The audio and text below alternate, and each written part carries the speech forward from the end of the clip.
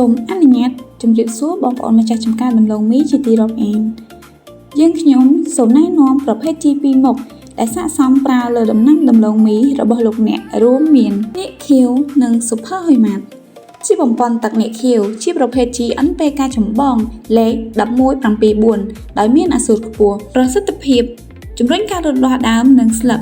ក្នុងន័យថាជួយបើកផ្នែកថ្នាំងឲ្យបែកខ្នែងដោះចេញលឿនធ្វើឲ្យស្លឹកបៃតងស្រស់ជួយឲ្យដំណាំលូតលាស់លឿនក្នុងករណីដែលដំណាំមានសភាពក្រហមក្រិនដោយសារប្រើថ្នាំស្មៅឬបញ្ហារាំងស្ងួតជាដើម Super Hoymat Humic Acid Fulvic Acid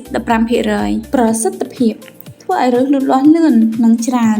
ជួយឲ្យមើមធំដែលមានលទ្ធភាពស្រូបយកសារធាតុចិញ្ចឹម NPK គ្រប់គ្រាន់ធ្វើឲ្យមើមមានទម្ងន់ដែលអាចជួយការប្រមូលផ្ដុំម្សៅក្នុងមើមបានច្រើនវិធីប្រើ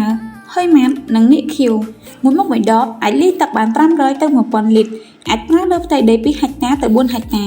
សូមសង្ខេបជារួមប្រភេទជី Super Hoymat ជួយជំរុញឫសនិងបង្កើនការស្រូបជីបានយ៉ាងល្អនាគខៀវ